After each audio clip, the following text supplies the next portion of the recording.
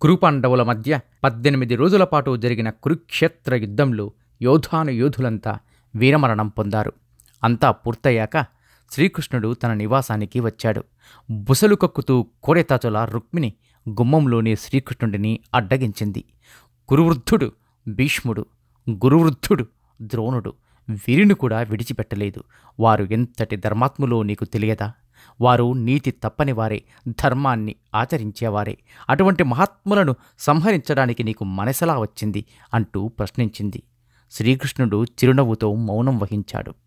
వారు చేసిన పాపం ఏమిటి రెట్టించింది. ఇక తప్పదని పెదవి విప్పాడు శ్రీకృష్ణుడు.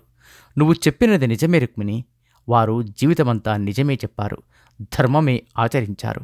కాని వారి జీవితంలో ఒకే ఒకసారి ఒక పెద్ద తప్పు చేశారు. ఏం తప్పు చేశారు?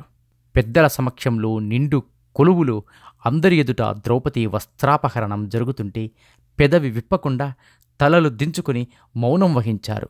జరుగుతున్న ఆ కార్యాన్ని ఆపగలిగే శక్తి, హక్కు ఉండి కూడా వారి ఇరువురు మౌనం వహించడం అన్యాయమే కదా. ఆ ఒక్క తప్పు వల్లే ఇంత ప్రపంచం నాశనమయ్యింది. ఇంతకు మించిన నేరమేముంది? మరి కర్ణుడి సంగతి ఏమిటి? ఆయన దానకర్ణుడన్న పేరు సంపాదించాడుగా. గుమ్మం ముందు నిలబడి అడిగిన వారికి లేదనకుండా దానం చేశాడు కదా.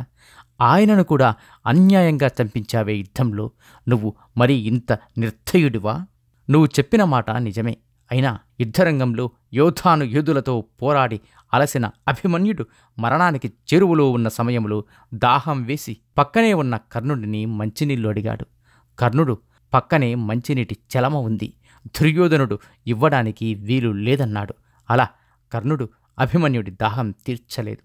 ఆ తరువాత కర్ణుడి రథం అదే ప్రదేశంలో ఆ నీటి ప్రాంతంలోని కుంగిపోయింది. కర్ణుడు చేసిన పాపానికి తగిన ఫలితం అనుభవించాడు.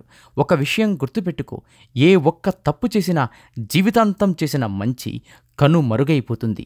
చేసిన తప్పుకి శిక్ష అనుభవించక తప్పదు. ఇదే కర్మ సిద్ధాంతం. చేసే పని నీతివంతమైనదేనా, న్యాయమైనదేనా అని ఆలోచించాలి. సెలవిచ్చాడు శ్రీకృష్ణ పరమాత్ముడు. నీలో నీకు నమ్మకము కలిగినప్పుడే నీవు దేవుడిని నమ్మగలవు. శతం జీవ శరదో వర్తమాన శతం హేమంతాన్ శతం వసంతాన్.